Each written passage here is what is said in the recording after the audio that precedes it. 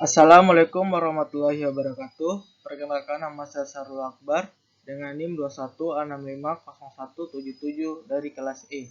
Di sini saya akan menjelaskan tentang manajemen risiko proyek. Risiko dan or problem. Masalah problem secara waktu timbul dari aktivitas keputusan yang dilakukan pada masa lalu, sehingga saat ini sudah terjadi dan menjadi sudah diketahui dampaknya. Sebagai contoh, macet di Jakarta merupakan gambaran dari masalahnya. Sementara risiko merupakan kejadian yang belum terjadi, baru merupakan perkiraan akan terjadinya pada saat nanti. Berdasarkan ISO 320, pengertian risiko adalah efek dari ketidakpastian pada sasaran.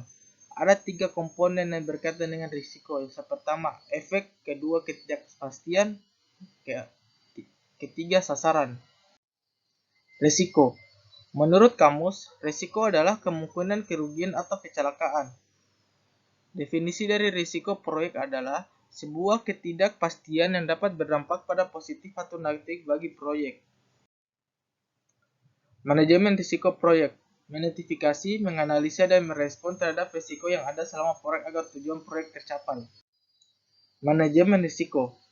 Manajemen risiko pada diagram di samping: pengendalian risiko, risk avoidance, segregation, loss prevention, loss reduction, non-insecure transfer, dan risk retention. Dalam pengelolaan perusahaan secara umum, fungsi penerapan manajemen risiko pada tingkat perusahaan adalah: 1. Memperkuat analis, 2. Memudahkan dalam mengambil keputusan, 3. Meningkatkan produktivitas perusahaan. Manajemen risiko proyek. Perencanaan manajemen risiko menentukan pendekatan dan rencana aktivitas manajemen risiko proyek. Kedua, untuk identifikasi risiko, menentukan dan mendokumentasi risiko-risiko yang terdapat bagi proyek. Ketiga, melakukan analisis risiko kualitatif, mempresentasikan risiko berdasarkan probabilitas dan dampak risiko yang tersebut. Perencanaan. Terdapat 3, yaitu input, teknik, dan output. Faktor input: aset, proses, organisasi, pernyataan ruang lingkup proyek, rencana manajemen proyek, ruang lingkupnya teknik, planning, meeting, analisis. Outputnya rencana manajemen risiko, metode, peranan, tanggung jawab, anggaran, waktu, dan ketersediaan, definisi, dan lain-lain. Identifikasi risiko dapat dilihat inputnya faktor lingkungan, aset, proses, tekniknya documentation, review, brainstorming, DLP, interview, root cause identification, SWOT analysis, checklist, teknik, diagram. Outputnya risk register, daftar risiko teridentifikasi, daftar respon potensial, risiko akar penyebab, kategori risiko yang update. Analis risiko kualitatif. Inputnya organisasi, pernyataan lingkup, rencana manajemen risiko, register. Tekniknya penilaian probabilitas dan dampak risiko, matrik probabilitas dan dampak. Outputnya risk register up. Analis risiko kuantitatif. Inputnya aset, proses, organisasi. Tekniknya data gathering, interview, probability distribution, expert judgment. Outputnya risk register. Perencanaan respon risiko. Inputnya risk management, tekniknya strategi untuk risiko negatif ancaman. Outputnya risk register update. Pengendalian dan monitoring risiko. Input risk management plan, tekniknya risk assessment, risk audit. Outputnya risk register recorded changes. Risiko negatif dan risiko positif. Risiko negatifnya adalah melibatkan pemahaman terhadap potensi masalah yang mungkin terjadi dalam proyek dan bagaimana risiko tersebut dapat menghambat proyek. Risiko positifnya adalah risiko yang menghasilkan oleh suatu yang baik, kadang disebut peluang atau kesempatan. Strategi risiko negatif: avoid, transfer, dan mitigate. Strategi risiko positif: exploit, share, announce. Output dokumen secara pengelolaan risiko, berisi prosedur untuk menangani risiko sepanjang proyek. Rencana kontingensi. Rencana kontingensi adalah aksi yang dilakukan oleh tim proyek apabila sebuah risiko benar-benar terjadi. Kategori risiko. Pertama, risiko pasar.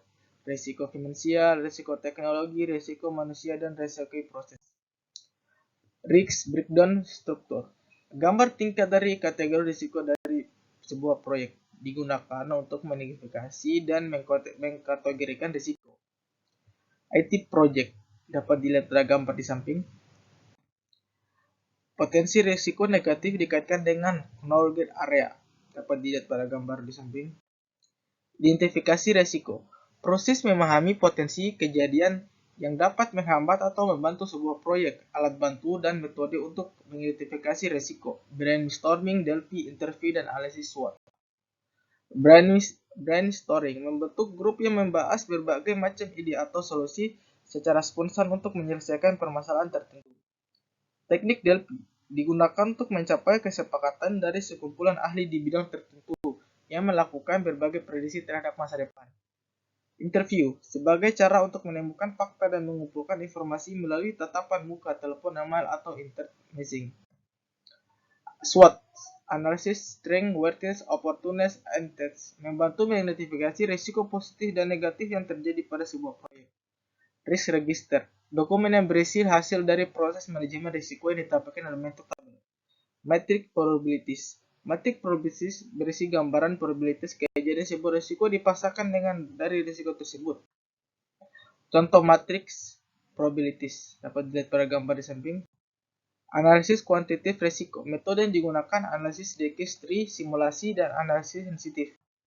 Decision tree dan expert monetary value. Deskripsi adalah diagram analisis membantu dalam memilih sebuah situasi yang hasilnya belum pasti. Menghitung MFV, tahapan menghitung estimated money value. MFV, contoh kasus MFV. Kalau dilihat pada gambar di samping. MFV Excel Monetary, penyelesaian kasus MFV. Diketahui tim proyek mengembangkan sistem informasi kondisi kemungkinan berhasil 70%, labanya 20 USD, kegagalannya 30%. Ya, baiklah. Di sini terima kasih atas penjelasan saya. Wassalamualaikum warahmatullahi wabarakatuh.